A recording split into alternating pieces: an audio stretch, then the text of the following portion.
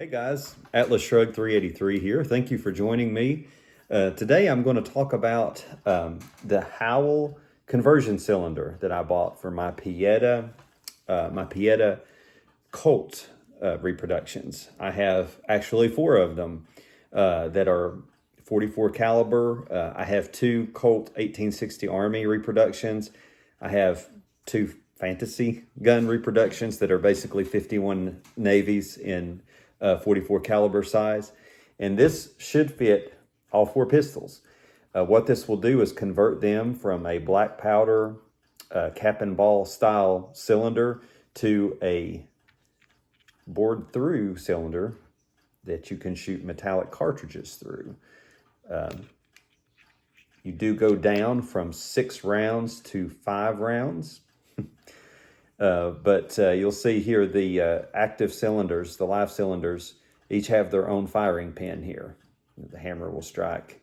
And then we have a dead cylinder that we can use as a safety cylinder.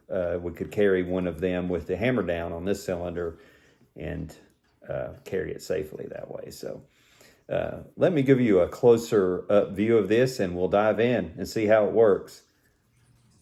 Just wanted to get a close up here of this Howell drop-in conversion cylinder. So basically for this one, fits 44 caliber Pietta Colt reproductions, and it converts them to a cartridge firing 45 Colt, 45 Long Colt round. So the benefit of a cartridge round, of course, being well, easier reloads. Even with these Colts, even though you have to take these Colts apart to change the cylinder, you know, brass and cartridge rounds are cleaner and a little more powerful. You have to use cowboy loads with these. You can't use full power 45 Colt. You can't use a jacketed round. It has to be cowboy loads with soft lead bullets, no jacketed rounds. So yeah, they'll shoot a little cleaner with these. It can be a little more fun. They're faster, even though you've got to pop your wedge. I'm not sure about accuracy. So let's see. There we go.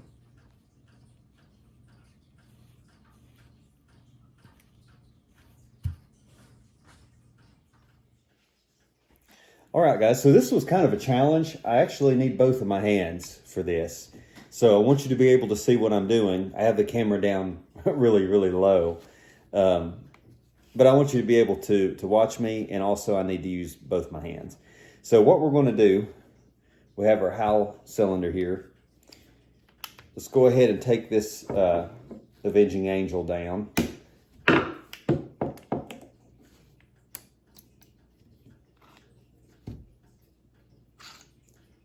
So here's my percussion cap and ball cylinder, which I have fired this one. This Avenging Angel, I have really enjoyed shooting it, to be honest. I have slingshot nipples. You'll notice that they're not blued. These are the slingshot style that help prevent cap jams. And here's my Howell cylinder.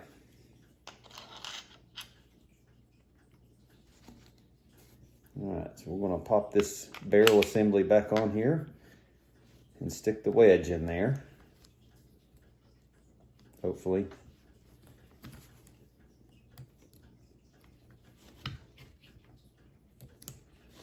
All right, so now we've got the Howell conversion cylinder in there.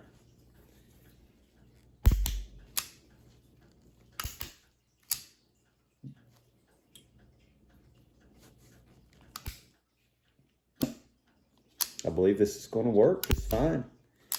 The feel of it is a little different. I can feel a little more resistance than I'm used to with the percussion cylinder in there. Yeah, but it's smooth. The trigger is resetting nicely. Now, if these cylinders were loaded with rounds, those firing pins would be sticking out a little bit. It's not loaded, so the firing pins are going all the way down. It's the only thing I wish I could test that with the reset, but I think would be just fine. So that effectively changes this Avenging Angel now from a cap and ball 44 caliber, black powder, wad, lube, round ball, or conical. Now you could shoot 45 Colt from this. And yeah, this is a piece of cake. All right, well, let's try it on some of the others.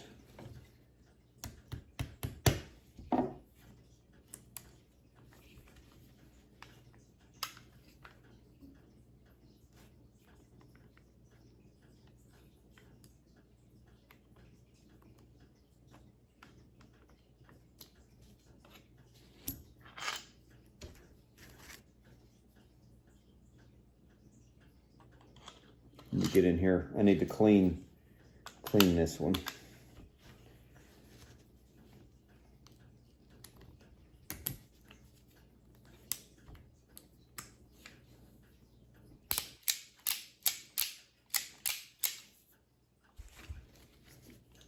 Now we're going to try this one. This is the 1851 Sheriff's.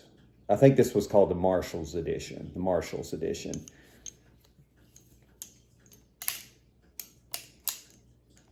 I'm going to put on half puck. Let's pop that wedge.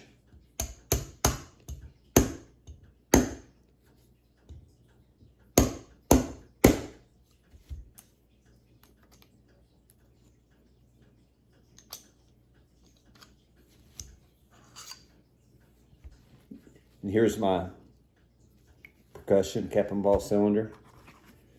Let's pop the Howell on here.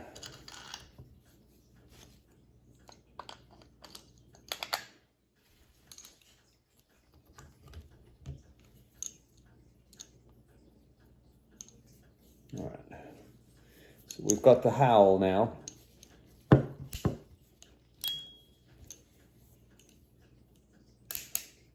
There we go. Cylinder is cycling. There's that dead cylinder right there.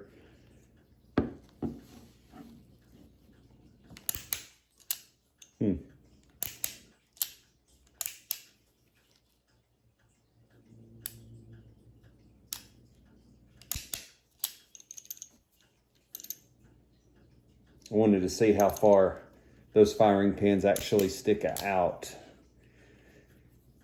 If that would cause a cycling issue if they were actually loaded. I don't think so. So there it is. It appears to cycle and function well in the, keep wanting to call it a Sheriff's Edition, but the Marshall's Edition, 51 Navy and 44 caliber. So if essentially, we could go from 44 caliber cap and ball to 45 Colt, 45 Long Colts, some call it. All right. Let's take this one down again. This one's a little stiffer than my other ones.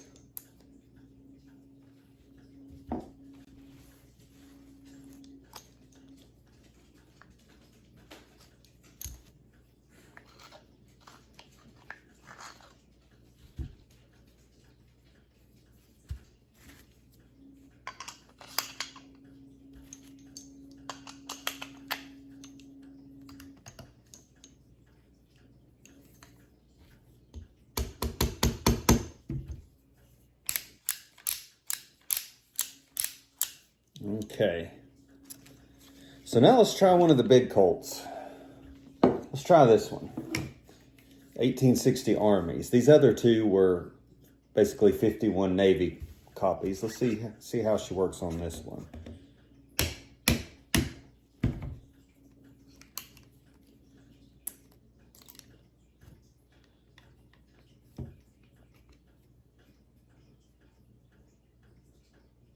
I'm checking these out really good while I'm taking them down because I've never shot this one, so it shouldn't have any rust on it. And these have the factory Pietta cones. I haven't swapped those out for slick shots yet or anything. I've never fired this one, so maybe the first time I fire this one. It'll be in 45 Colt and not cap and ball.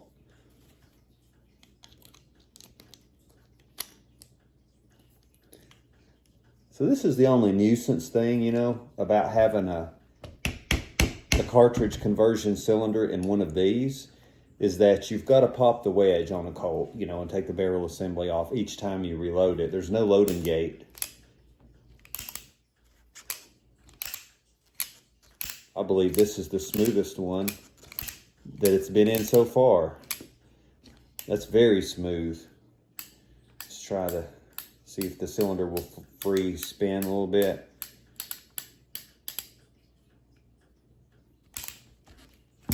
And it dragged a little bit that time.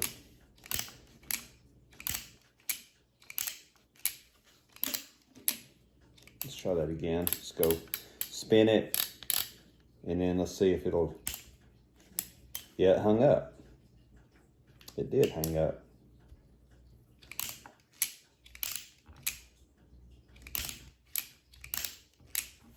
So really, when you free spin it, the cylinder, when you have it on half cock and you free spin it, no matter where it is, when you pull the hammer back the rest of the way, it should index to the cylinder. It did it that time, but I went really slow.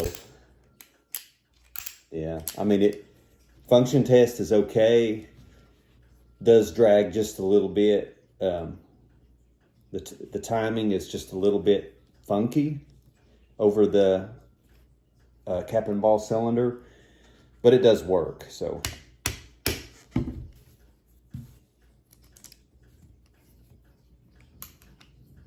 all right, take the Howell out. Put the percussion back on.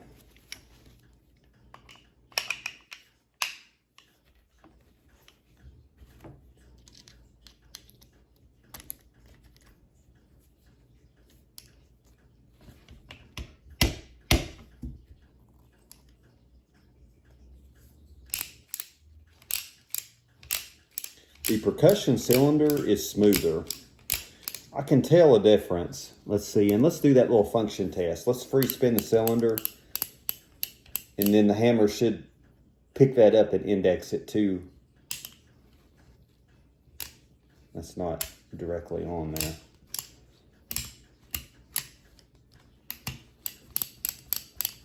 All right, right there. Let's see if it'll index it. Nope, it didn't. There. These Italian repros, you know, they're pretty good for what they are, but they could be better. They could be better.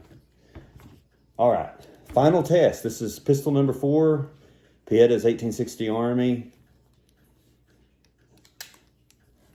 This is kind of my go-to gun. I have shot this one more than any of my other cap and ball pistols. And I have aftermarket nipples on this one too. This pistol is really smooth. It is smooth as butter. And that comes in time as you clean them, polish them, shoot them, deburr them, do all those things you need to do. They will smooth up.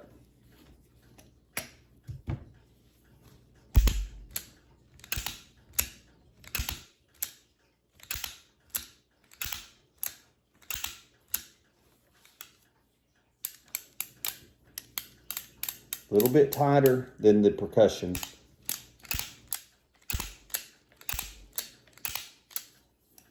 But it's going to work in all 4 of these pistols. The Howell conversion cylinder. You'll notice the Howell is not engraved like the standard Colts have the fighting ships seen on them. That's whether they're 44 or 36. The fighting ships from the Battle of Campeche. That's a Colt trademark engraving on them originally. But the conversion cylinder is just smooth. It doesn't have any engraving.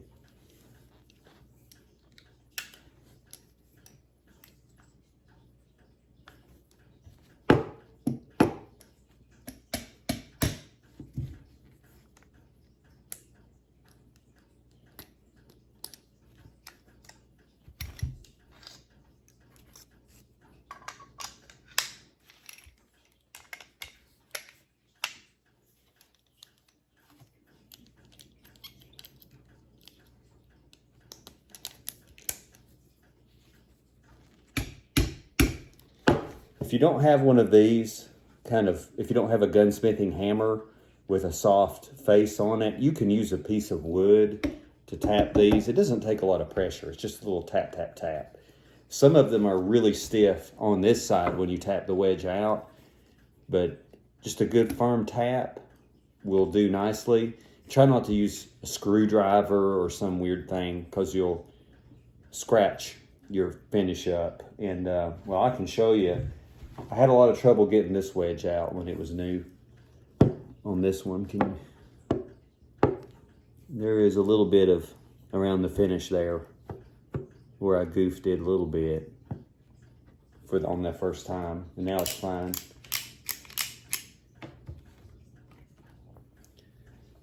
Well, and that's pretty much it. I'm pretty satisfied with the Howell conversion cylinder. I just need to get to the range now, put some rounds through it. I think it's going to be great. So thank you guys for watching, and have fun, be safe. God bless.